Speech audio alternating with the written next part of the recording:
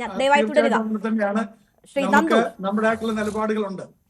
നന്ദു, ഇവിടെ ഇപ്പോ BJP ക്രൈസ്തവ സമൂഹത്തെ ഒപ്പം നിർത്താനുള്ള വലിയ രീതിയിലുള്ള പ്രവർത്തനങ്ങൾ നടത്തി വരികയാണ്. അത് നമ്മൾ ഈസ്റ്ററിനും ക്രിസ്മസിനും ഒക്കെ കാണുന്നതാണ്. അവിടെ എത്തുന്നു, അവരുമായി ചർച്ച നടത്തുന്നു, അവരുമായി സംവദിക്കുന്നു. ക്രിസ്ത്യൻ ഔട്ട്റീച്ച് ഒരു ലക്ഷ്യമാക്കി കണ്ട് പ്രവർത്തനങ്ങൾ നടത്തുകയാണ്. നിങ്ങൾ അധികാരപ്പെട്ട സ്ഥാനങ്ങളിലേക്ക് പാർട്ടിയിൽ ക്രൈസ്തവ സമൂഹത്തിൽ നിന്ന് നിരവധി പേരെ ഉത്തരവാദിത്തപ്പെട്ട സ്ഥാനങ്ങളിൽ ഇരുത്തി ആ സന്ദേശം നൽകുകയും ഒക്കെ ചെയ്തു. അതിൽപ്പെട്ടവരാണ് ഷോൺ ജോർജും PC ജോർജും. യഥാർത്ഥത്തിൽ ഇപ്പോൾ അവരുടെ പ്രസ്താവനകൾ, ഈ തെരഞ്ഞെടുപ്പിന് തൊട്ടു പിന്നാലെ അവർ നടത്തിയിരിക്കുന്ന ഈ പ്രസ്താവനകൾ BJPയെ വെട്ടിലാക്കുന്നതല്ലേ? അല്ല, അത് ഒരാൾക്ക് വ്യക്തിപരമായി അവരുടെ അഭിപ്രായം പറയുന്നതിന് ഏതെങ്കിലും ഒരു പാർട്ടിക്ക് കൂച്ചുലം കിടാൻ സാധിക്കുമോ? അങ്ങനെ സാധിക്കില്ല. പക്ഷേ ഇതിനകത്തുള്ള നിങ്ങളുടെയൊക്കെ ഒരു നറേഷൻ, ആ നറേഷനാണ് തെറ്റ്. അതായത് ഇപ്പോൾ താങ്കളുടെ ഇൻട്രോയിൽ പറഞ്ഞതുപോലെ ക്രിസ്ത്യൻ ഔട്ട്റീച്ച്, BJPയുടെ ക്രിസ്ത്യൻ ഔട്ട്റീച്ച് പാളിയോ? അപ്പോൾ പാളിയോ ഇല്ലയോ എന്ന് തീരുമാനിക്കുന്നത് ഇന്നല്ലല്ലോ, അത് നിങ്ങളും അല്ല ഞാനുമല്ല. അത് പാളിയോ ഇല്ലയോ എന്ന് തീരുമാനിക്കപ്പെടുന്നത് മെയ് മാസം 4-ാം തീയതി. അതല്ലാതെ ഈ പാനലിരിക്കുന്ന ആരെങ്കിലും ഒരാൾ ഇന്നത് പാളി എന്ന് പറഞ്ഞത് കൊണ്ട് അത് പാളിപ്പോവോ? ഒരിക്കലുമല്ല. പിന്നെ വോട്ട് ചെയ്യുന്നവൻ അവൻ്റെ മുന്നിൽ കാണുന്ന യാഥാർത്ഥ്യത്തെ വെച്ചാണ് വോട്ട് ചെയ്യുന്നത്. അല്ലാതെ ആരെങ്കിലുമൊക്കെ 4 അക്ഷരം ഒരു പത്രത്തിലെ 4 കോളം വാർത്ത കണ്ടിട്ടാണ് ഒരാൾ വോട്ട് ചെയ്യുന്നതെന്നൊക്കെ നമ്മൾ തീരുമാനിച്ചാൽ അതൊക്കെ വലിയ വിഡ്ഢിത്തരായി മാറും. ഇനി ഇപ്പോൾ ദീപിക പത്രത്തെ ചൊല്ലിയാണല്ലോ ഈ പ്രശ്നം തുടങ്ങിയിരിക്കുന്നത്. ദീപിക പത്രം ഏത് സഭയുടെ മുഖപത്രമാണ്? ദീപിക പത്രത്തെ പറഞ്ഞു കഴിഞ്ഞാൽ അതൊരു സഭയെ അപമാനിക്കുകയാണ് എന്ന് നിങ്ങളൊക്കെ കൂടെ ഒരു നറേഷൻ കൊണ്ടുവരുന്നു. ഏത് സഭയുടെ പത്രമാണ് ദീപിക? ഏത് സഭയുടെ മുഖപത്രമാണ് ദീപിക? ഒരു സഭയുടെ മുഖപത്രമല്ല. ഫാരിസ് അബൂബക്കർ എന്ന് പറയുന്ന ഒരു വ്യവസായിയുടെ പത്രം. അതിനെ KC വേണുഗോപാൽ ഈ പറയുന്ന കോൺഗ്രസ് ഭരിക്കുന്ന ചില സംസ്ഥാനങ്ങളുടെ ഈ പറയുന്ന പരസ്യങ്ങളൊക്കെ കൊടുത്ത് അയാളുടെ ഒരു എർത്താക്കി കൂടെ കൊണ്ടു കിടക്കുന്നു. അതിനുവേണ്ടി കോൺഗ്രസിൻ്റെ മുഖപത്രം പോലെ പ്രവർത്തിക്കുന്നു. അതിനപ്പുറം ദീപിക എന്ന് പറയുന്ന പത്രത്തിന് വിശുദ്ധിയൊക്കെ ഉണ്ടായിരുന്നു. ആ കാലഘട്ടം കഴിഞ്ഞു. ദീപിയെ കുറിച്ചൊക്കെ ദീപികയുടെ എഡിറ്റർ വഴി ഇരിക്കുമ്പോൾ ഇല്ലാത്ത നുണകൾ പറയരുത്. ഞാൻ താങ്കളെ മോശമായോ, താങ്കളുടെ പത്രത്തെ മോശമായോ, അല്ലെങ്കിൽ താങ്കളുടെ പത്രത്തിനെ കുറിച്ച് എന്തെങ്കിലും മോശമായ, നിങ്ങൾ കോൺഗ്രസ് ഭരിക്കുന്ന സംസ്ഥാനങ്ങളുടെ പരസ്യം വാങ്ങുന്നില്ലേ? അതൊക്കെ ഞങ്ങൾ പറഞ്ഞോളാം. അത് വാങ്ങിയത് പറഞ്ഞാൽ എന്താ? വാങ്ങുന്നത് തെറ്റ് അല്ല, വാങ്ങിയവർക്ക് തെറ്റില്ല. വാങ്ങിയെന്ന് പറഞ്ഞത് തെറ്റാണെന്ന് പറഞ്ഞാൽ അതങ്ങ് സമ്മതിച്ചു തരാൻ പറ്റുമോ? ഇതിനകത്ത് ഞാൻ നിങ്ങളെ കള്ളപ്പണം വാങ്ങിയെന്ന് പറഞ്ഞില്ലല്ലോ, നിങ്ങളെ കള്ളപ്പണം വെളുപ്പിച്ചു എന്ന് ഞാൻ പറഞ്ഞില്ലല്ലോ, നിങ്ങളെ കള്ളപ്പണം വെളുപ്പിക്കാൻ കൂട്ടിയെന്ന് ഞാൻ പറഞ്ഞില്ലല്ലോ. ഞാൻ പറഞ്ഞത് എന്താ? നിങ്ങൾ കോൺഗ്രസ് ഭരിക്കുന്ന സംസ്ഥാനങ്ങളുടെ പരസ്യം വാങ്ങി. അത് വാങ്ങിയോ? വാങ്ങിയില്ലെങ്കിൽ വാങ്ങിയില്ല നിങ്ങൾ പറയും. താങ്കൾ എന്തെങ്കിലും സത്യം പറയുമ്പോൾ അങ്ങനെ ശബ്ദിച്ചല്ല. ഞാൻ എന്റെ പോയിന്റിലേക്ക് വന്നില്ല. അതിനുമ്പ് അദ്ദേഹം കയറണം. നിങ്ങൾ ഇടപെട്ടില്ല. ഞാൻ പറയട്ടെ, അദ്ദേഹം ദീപികയുടെ എഡിറ്റോറിയൽ ചീഫാണ്. അദ്ദേഹം പറഞ്ഞത് അതിന്റെ ഓണർഷിപ്പുമായി ബന്ധപ്പെട്ട അദ്ദേഹത്തിന് പറ്റില്ലല്ലോ. അതുകൊണ്ട് ഞാൻ ചോദിച്ചത് ഈ പറയുന്ന കോൺഗ്രസ് എന്ന് പറയുന്ന സംഘടനയുടെ, KC വേണുഗോപാൽ നേതൃത്വം കൊടുക്കുന്ന കോൺഗ്രസ് സംഘടനയുടെ മറ്റ് സംസ്ഥാനങ്ങളിലെ പരസ്യം ഇവർക്ക് കിട്ടുന്നുണ്ട്. അതുകൊണ്ട് ഇവർക്ക് കോൺഗ്രസിന്റെ മുഖപത്രമായി പ്രവർത്തിക്കേണ്ടി വരുന്നു. അതിലെന്താ? ഞാൻ പറഞ്ഞാൽ എന്താണ് അവർ ഡിഫെയിം ചെയ്തൊരു വാക്കുള്ളത്? ഒരു ഡിഫെയിമേഷൻ ഞാൻ പറഞ്ഞിട്ടില്ല. ഞാൻ പറഞ്ഞത് യാഥാർത്ഥ്യമാണ്. യാഥാർത്ഥ്യം പറയുമ്പോൾ പൊള്ളുന്നത് എന്തിനാ? യാഥാർത്ഥ്യം പറയുമ്പോൾ പൊള്ളരുത്. നമ്മൾ ചെയ്തിട്ടുണ്ടെങ്കിൽ നമ്മൾ അത് അഡ്മിറ്റ് ചെയ്യണം. നമ്മൾ ചെയ്തിട്ടില്ലെങ്കിൽ ഓക്കേ. മാധ്യമങ്ങൾ എല്ലാ വിധത്തിലും അവർക്ക് ലഭിക്കുന്ന പരസ്യങ്ങൾ കൊടുക്കാറുണ്ട്. അത് ഒരു തരത്തിലും എഡിറ്റോറിയലിനെ ബാധിക്കുമെന്ന് എനിക്കറിയില്ല. പരസ്യങ്ങൾ അതിനപ്പുറം എല്ലാ മാധ്യമങ്ങളും നിങ്ങളുടെ പ്രശ്നം എന്താ അറിയാമോ? നിങ്ങൾക്ക് കുറെ കാര്യങ്ങൾ ഒളിച്ചു വെക്കണം. അതിന് ഒരു ആ മറക്കകത്ത് നിന്ന് നിങ്ങളുടെ കള്ളങ്ങൾ ഞങ്ങൾ പൊളിച്ച് വെളിച്ചത്തേക്ക് കൊണ്ടുവരുമ്പോൾ നിങ്ങൾ ഇങ്ങനെ ഭയപ്പെടണ്ട. ഞാൻ പറഞ്ഞാൽ കള്ളം ഉണ്ടെങ്കിൽ അദ്ദേഹം തിരുത്തിക്കോട്ടെ, എനിക്ക് വിരോധമില്ല.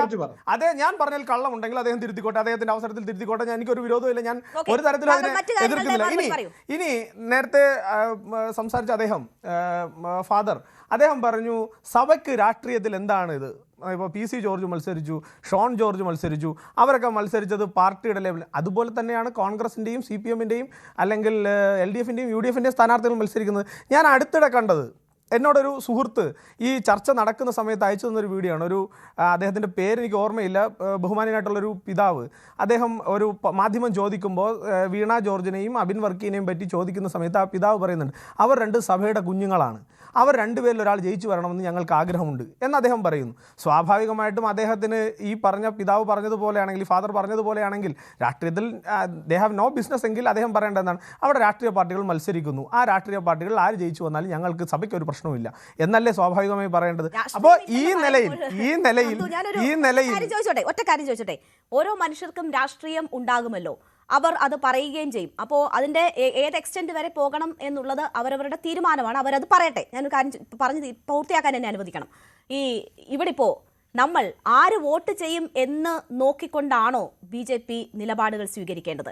എല്ലാ രാഷ്ട്രീയ പാർട്ടികളും എല്ലാവരോടും വോട്ട് അഭ്യർത്ഥിക്കും. അതിൽ അവർക്ക് ചെയ്യുന്നവരുണ്ടാകും, ചെയ്യാത്തവരുണ്ടാകും. ഏതെങ്കിലും രാഷ്ട്രീയ പാർട്ടികൾ അതിനുശേഷം വോട്ട് തന്നില്ല ഇങ്ങനെ ചെയ്യും എന്ന് പറയുമോ?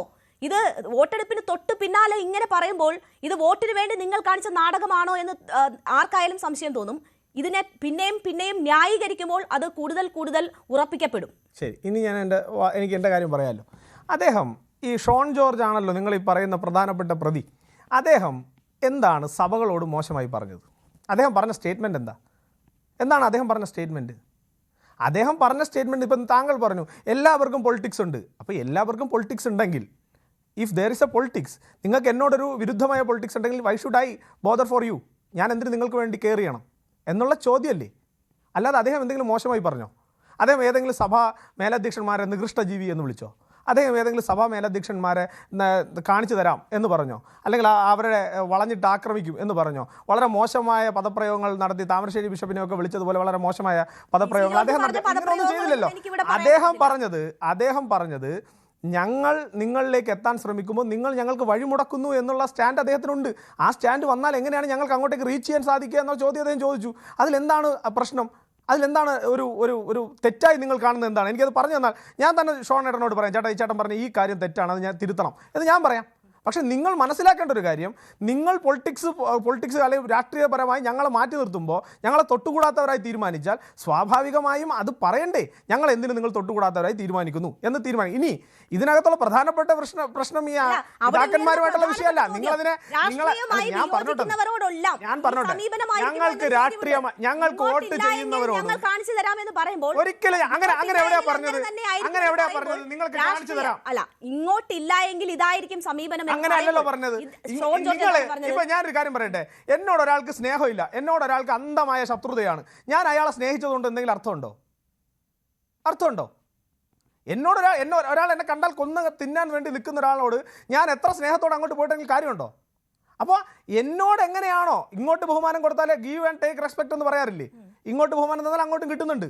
ഇപ്പൊ ഞാൻ പറഞ്ഞത് അദ്ദേഹത്തിന്റെ സംബന്ധിച്ചിടത്തോളം നിങ്ങളോട് ഞാൻ ഒരു 100 വട്ടം പല ചർച്ചകളിൽ പറഞ്ഞു, ഞങ്ങളുടെ ക്രിസ്ത്യൻ ഔട്ട്റീച്ച് വോട്ട് കിട്ടാൻ വേണ്ടിയിട്ടല്ല. ഞങ്ങൾക്ക് ക്രിസ്ത്യൻ ഔട്ട്റീച്ച് ഞങ്ങൾ നടത്തുന്നത് അല്ലെങ്കിൽ ഏതെങ്കിലും വിഭാഗങ്ങളിലേക്ക് ഔട്ട്റീച്ച് നടത്തുന്നത് ഇവിടെ നടത്തുന്ന ഒരു കള്ള നറേഷനുണ്ട്. ഞങ്ങൾ ക്രിസ്ത്യാനികൾക്കെതിരാണ്, ഞങ്ങൾ മുസ്ലിങ്ങൾക്കെതിരാണ്, ഞങ്ങൾ ദളിതർക്കെതിരാണ്, ഞങ്ങൾ അവർക്കെതിരാണ്, ഇവർക്കെതിരാണെന്ന് പറഞ്ഞ് ഇവിടുത്തെ മാധ്യമങ്ങളും ഇവിടുത്തെ കപട രാഷ്ട്രീയക്കാരും നടത്തുന്ന ഒരു നറേഷൻ ഉണ്ട്.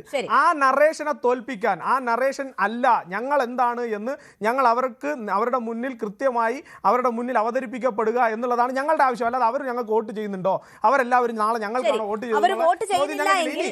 അങ്ങനെയാണെങ്കിൽ ഇപ്പോ PC ജോർജ് പറഞ്ഞതുപോലെയുള്ള പ്രതികരണം എന്തിനു വരുന്നു? മറ്റുള്ളവർക്ക് വോട്ട് ചെയ്യാൻ പറഞ്ഞു എന്ന് പറഞ്ഞുള്ള അദ്ദേഹത്തിനോട് ചോദ്യം. അദ്ദേഹം ഒരു കാൻഡിഡേറ്റ് ആയിരുന്നു. അദ്ദേഹം ഒരു കാൻഡിഡേറ്റ് ആയിരിക്കുമ്പോൾ അദ്ദേഹത്തിനെതിരായി വോട്ട് ചെയ്തപ്പോൾ സ്വാഭാവികമായി അദ്ദേഹം ഇത്രയും കാലം അദ്ദേഹം സഹായിച്ച ആളുകൾ അല്ലെങ്കിൽ അദ്ദേഹത്തിന്റെ സഹായം ഒളിഞ്ഞും തെളിഞ്ഞും ഒക്കെ അല്ലെങ്കിൽ നേരിട്ടും അല്ലാതെയും കിട്ടിയിട്ടുള്ള ആളുകൾ അദ്ദേഹത്തിനെതിരായി എന്തെങ്കിലും പറഞ്ഞപ്പോൾ അദ്ദേഹം പറഞ്ഞല്ലോ, ഞാൻ സഹായിച്ചതുപോലെ ഈ സഭയെ വേറെ ആരും സഹായിച്ചിട്ടില്ല, എന്നിട്ട് എന്നോട് എന്തുകൊണ്ട് അങ്ങനെ ചെയ്തു എന്ന ചോദ്യമാണ് അദ്ദേഹം ഉയർത്തിയത്. അത് കൃത്യമായി പേഴ്സണൽ ആണ്, അത് പൊളിറ്റിക്സ് അല്ല, അത് BJP-യുമായി റിലേറ്റഡ് ചെയ്ത പൊളിറ്റിക്സ് അല്ല, അത് അദ്ദേഹത്തിന്റെ പേഴ്സണൽ കാര്യമാണ്. അദ്ദേഹം പേഴ്സണലി പറഞ്ഞല്ലോ ഇതെന്റെ വ്യക്തിപരമായ കാര്യമാണെന്ന് അദ്ദേഹം പറഞ്ഞു കഴിഞ്ഞു. അത് BJP-യിലേക്ക് കണക്ട് ചെയ്യുന്നത് ഒരു ദുഷ്ടലാക്കോട് കൂടിയാണ്. അതിൽ ഞങ്ങൾക്ക് നിങ്ങളെ ഇനിയിപ്പോൾ അത് ബോധ്യപ്പെടുത്താൻ വേണ്ടിയിട്ട് വേറെ എന്തെങ്കിലും പണി ചെയ്യാനൊന്നും ഞങ്ങൾക്ക് താല്പര്യമില്ല. ഇനി ഞാനൊരു കാര്യം, ഇതിനകത്ത് ദീപിക എന്ന് പറയുന്ന അല്ലെങ്കിൽ പത്രം അവർ ചെയ്യുന്നത് ഒരു എന്താ 2 മുട്ടനാടുകളെ തമ്മിൽ ഇടിപ്പിച്ചിട്ട് അതിന്റെ ഇടയിൽ നിന്ന് ചോര കുടിക്കുന്ന പണിയാണ്.